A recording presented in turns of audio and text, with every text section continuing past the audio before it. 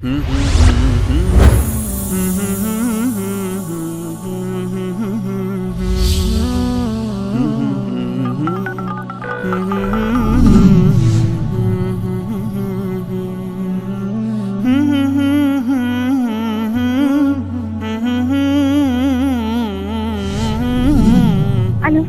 من از شیراز تماس میگیرم. خواستم از برنامه بسیار زیباتون تشکر کنم، این که چشم من رو واقعا باز کردید در مورد آخوندها یا مداحایی که خیلی وقتا شاید حتی خود من پای منبرشون بغض میکردم، گریه میکردم، ولی همون صحبت ها رو با تطابق دادن به قرآن مجید نشون میده که اصلا نه اینکه بغض داره گریه نداره، حتی گاهی خنده‌دار هم هست.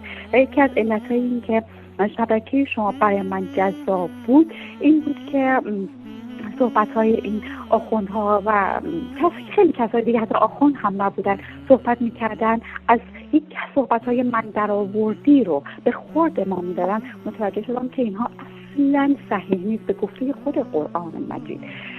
بسیار متشکرم، امیدوارم که عمرتون با عزت باشه. خدا نگهدار. سلام میگم خدمت آقای انصاری.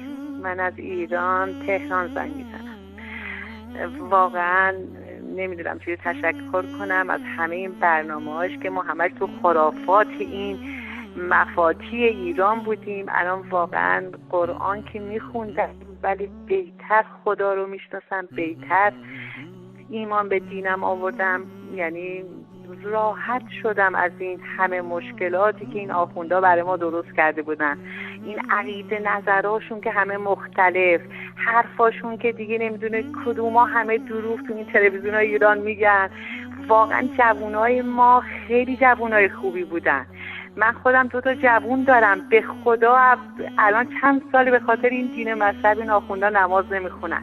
میگن دیگه همه چیز رو از ما گرفتن، چجوری نماز بخونیم، چجوری بگیم خدا، پول ما رو از ما گرفتن، خونمون رو گرفتن، ماشین زیر پامون رو گرفتن، یه ماشین تو لیزینگ ایران خودرو میدن انقدر سود میکشن. از پسر من 30 میلیون سود پول گرفتن. یعنی ما خونمون رو فروختیم پسرم زندان نره. دیگه نمیدونم از کجا از این آخوندا بگیم. شما ما رو دعا کنین این مملکت ما آزاد بشه، این جوانای ما به راه راست برن، این جوانای ما خدا رو بشناسن. از دست این ملاها خسته شدن.